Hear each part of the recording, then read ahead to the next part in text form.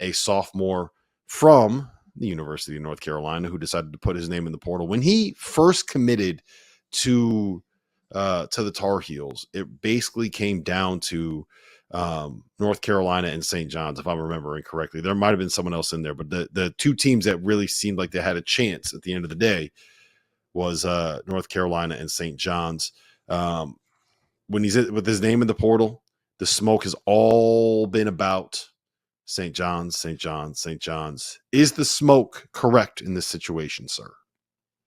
Yeah, he's going to visit. Ian Jackson's going to visit St. John's this weekend. And again, much like Rob Wright to BYU, I would be surprised if Ian Jackson does not become as our buddy John Martin likes to say, a St. John's Johnny. They've done a great job with him. They know him. He had 3 weeks last year that he was absolutely fantastic for North Carolina. And then I think he had a little bit of I don't know if it was a freshman wall as much as it was people kind of figuring him out a little bit. And I'm not sure the fit was great there, right? I'm not sure the fit was great at Carolina last season playing with RJ. But, obviously with St. John's, he's going to have some really, really good players around him already. You look at what they've gotten, Bryce Hopkins, you got Zuby coming back. They got a lot there. They're trying to, again, like we talked about, trying to get in with Xavier Lee. Ian Jackson can flat out score, and he's a little bit of a streaky shooter. It's the one thing I still worry about with St. John's. They need to get a elite shooter.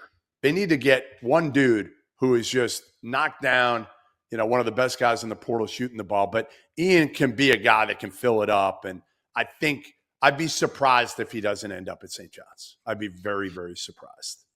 Yeah, they're definitely still missing a couple things on that roster. I'll be curious to see what Ruben Prey ends up being at the 4, but there's not a ton of depth along that front line.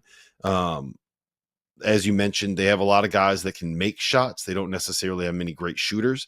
I will say that Bryce Hopkins is an upgrade as a shooter from RJ Lewis. I think that Ian Jackson would be an upgrade as a shooter from Kadari Richmond. I think Sandin is an upgrade as a shooter from Devin Smith. So they're getting better, but they don't really have a knockdown guy. And they also just don't have a point guard yet. And I don't know if that necessarily matters with what Rick Pitino wants to do, but there's not a point guard on that roster. And if you kind of look through the top 10 available that I mentioned that we had listed before, Rob Wright is a point guard. I think we know where he's going. Xavier Lee is a point guard.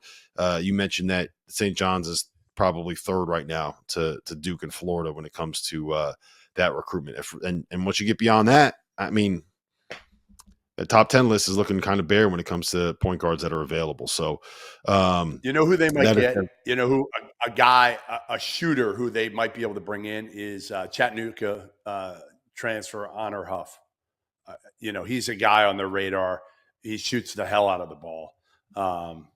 Small guard, but really, and one of the elite shooters in the portal.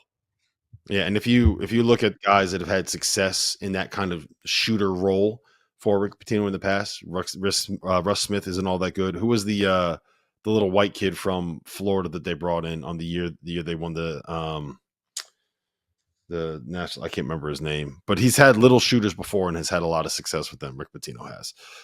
Next up on our list, he once called Mike Mara the best shooter, best high school shooter he's ever seen. Do you remember that comment from Rick? I remember Mike Mara when he was in high school, because he grew up in Providence. There was a video that went completely viral because he was at some open gym and there was one of the mixtape guys there, and he windmilled on somebody's head, and it was one of the most ridiculous. I'll see if I could find it and send it to you guys, but it was one of the most ridiculous dunks I've ever seen somebody do in person.